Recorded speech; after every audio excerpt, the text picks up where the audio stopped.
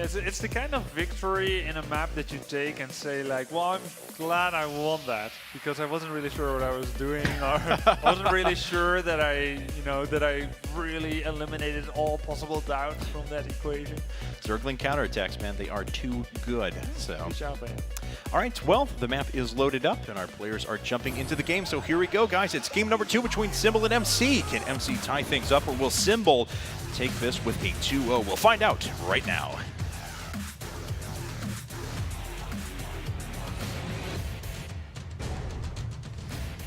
IPL 5.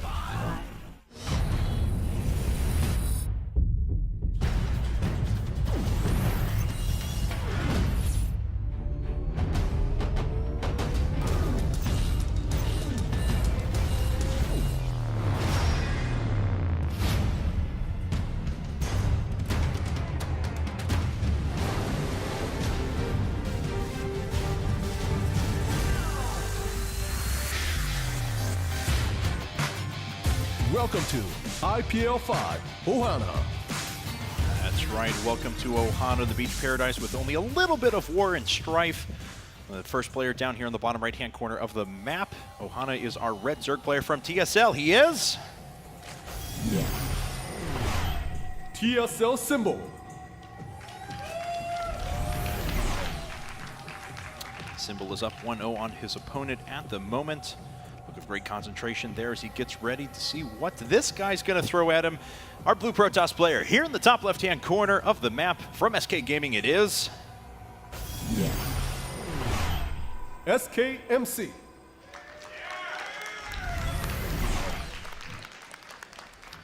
Man Scream is back. Thank you.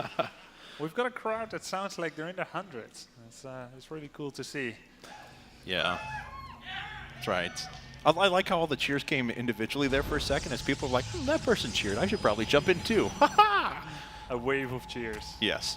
Well, we'll see what both these guys are going to offer now. Forge coming up at the front for MC. I'm going to go for Nexus first or anything along those lines. Doesn't pylon block on top of it and actually lets that hatchery get down very quickly.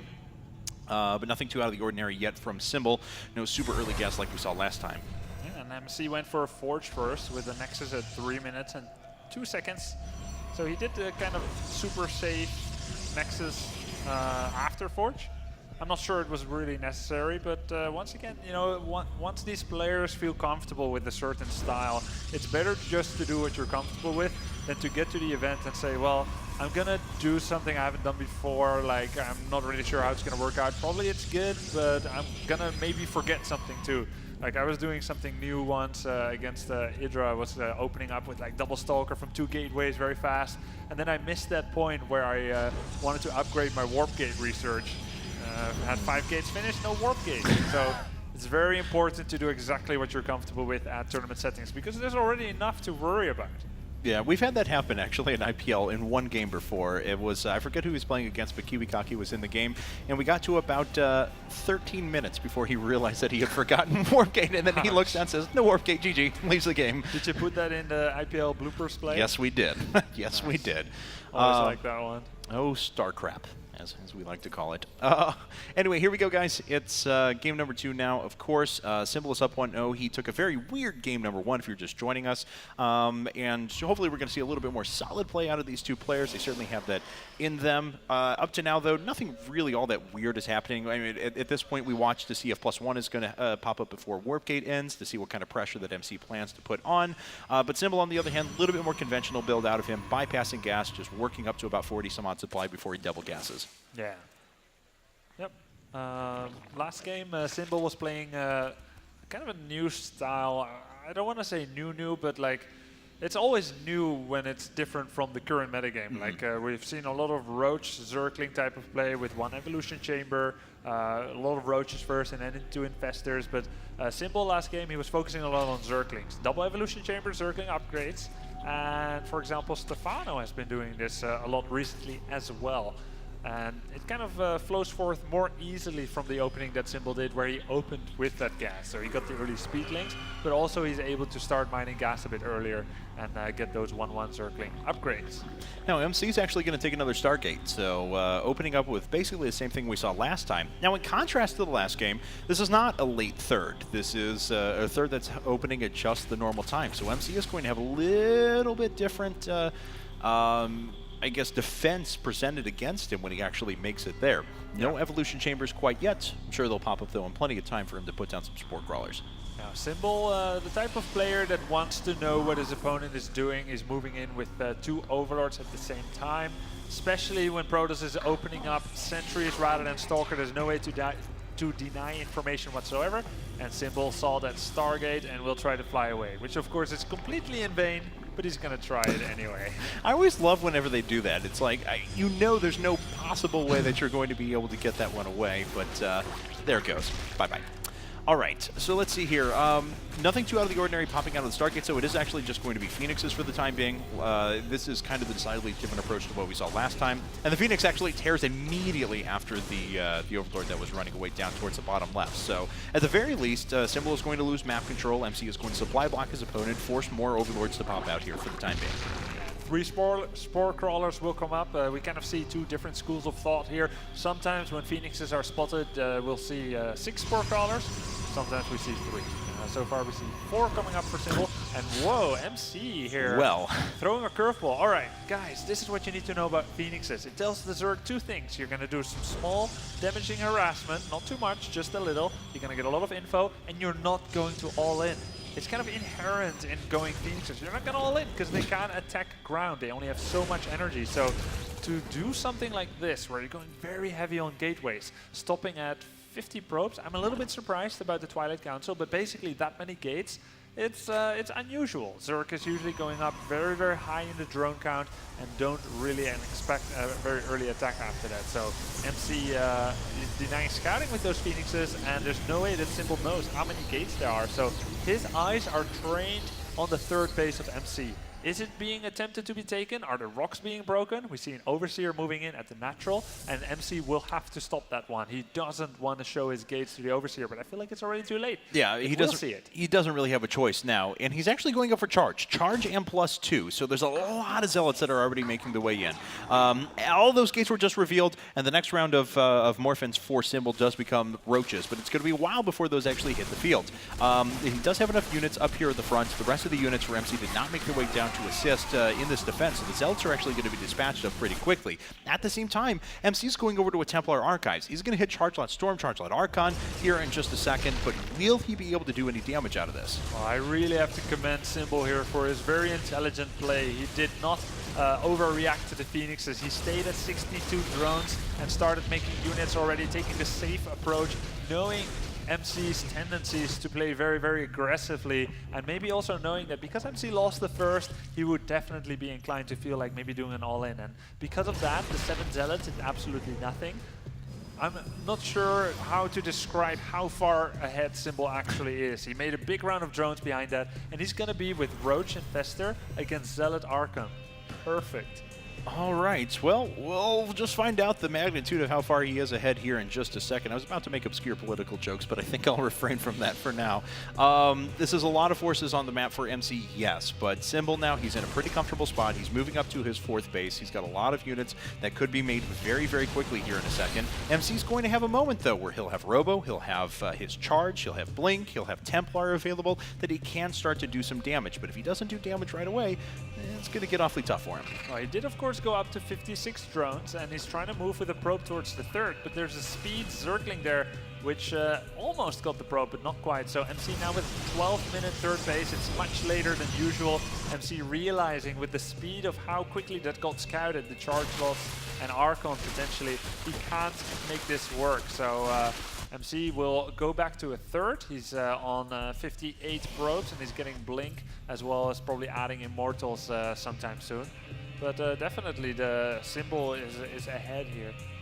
All right, well, Symbol has a nice, I mean, he doesn't have a ton of creep spread going all across the map, but he's got the Zelnaga tower covered at least a little bit. He probably needs to spend a little bit more time making sure that it flanks in all directions so that MC can't get around and plant pylons outside of his vision. But third Nexus is about halfway done. Spire's almost finished up, and Hive is actually about a third of the way finished now for Symbol, so he's going to have a strong follow-up to this. He's going to have tier 3 tech very quickly, and all the while, he's going to be having in mind on 8 gas the entire time this game, so he is going to move very quickly into that tier 3 tech. And apparently there's a little bit of a block put up by that Zealot in front of the probes that are sitting in front of the natural. Don't really know what that's all about. Oh, yeah. All right, well, it's 188 supplied to 127, as our wonderful observer Heaven is pointing out. And we'll see if, Symbol wants to do anything, if he wants to try and get aggressive. He's going to be maxed out here in just a second. He's going to be able to follow this up with Greater Spire very shortly after this attack happens. Now, the way it's going to work now, right now, Symbol has a slightly better army, but it's definitely possible for MC to win the fight. And the fight starts, so let's see how it actually goes in reality. Very nice force fields there. He's zoning out the majority of Symbol's army. And we'll be able to kill off a lot of roaches, but still. Yeah. Those were actually almost perfect force fields. I mean, he zoned out half the army. He kept most of the roaches down towards the bottom right, and he still solidly loses that fight because of the amount of infestors, because of the amount of units that are there. However, these charge lots off to the left-hand side did manage to kill a base. So if MC can find a way to stabilize, to actually hold off this attack up the front behind his photon cannons, behind his units that he has out, he'll have done the damage that he wants to be able to try and stabilize for a little while. Yeah, we've got Zerglings fighting Zealots on the bottom left. In the meantime, infested turrets being thrown up. I think MC has enough to defend here. A bit of a blink mistake there, blinking everything back at once, but will be pretty easy for MC to defend, I think, if he blinks back properly. He's blinking back nice slowly. Micro by Symbol. Getting in that close makes it harder for MC to blink properly. And yeah, that's definitely the case. That these roaches are trading pretty effectively, but these Zealots have now made their way all the way into the third, and they're doing yet more economic damage. So the Blinkstalkers will eventually be able to finish all this off, but more economic damage has been done. So MC has been able to follow this up pretty efficiently. Now, though, he needs to be able to save this Nexus. Looks like he's going to be able to work his way through these last few infested Terrans and stabilize, at least for the time being. So after all is said and done, a little bit of economic damage done on both sides, but MC kills a base. Does he have what it takes, though, to defend against Greater Spire and Broodlords here in the next couple of minutes? Now, I would have given MC kind of parity in this game if he was able to kill the third base as well, but as it stands, even though they reset their armies, people can now start making Broodlords. Nice circling attack there, killing a lot of probes. Yeah, Symbol's done a really nice job of pulling the attention apart for MC. We already saw it in the last game, too, when MC was doing his Void Ray Phoenix harassment, and Symbol was able to run up with those Zerglings and kill a bunch of Sentries and Zealots. So Symbol's been really annoying to MC so far, if nothing else. 4 Broodlords morphing in at the moment, no more Corruptors in the air, but Symbol is still going to have a very powerful army once those Broodlords do finish. And MC is still making probes, which I think is a bit of a mistake. He's about to mine out in his main base, and he's actually way oversaturated there. At this point, all he needs is to make as much army as possible, as quickly as possible. Try and get to at least 160, 170 supply by the time that Symbol wants to attack with just pure army, because as it stands right now, his anti-air is looking very, very weak. Symbol's taking double expansion, and he's morphing in more and more Broodlords. He's currently on 4, and he's got 4 more Corruptors, and he's got the money to morph in more Broodlords. There we go.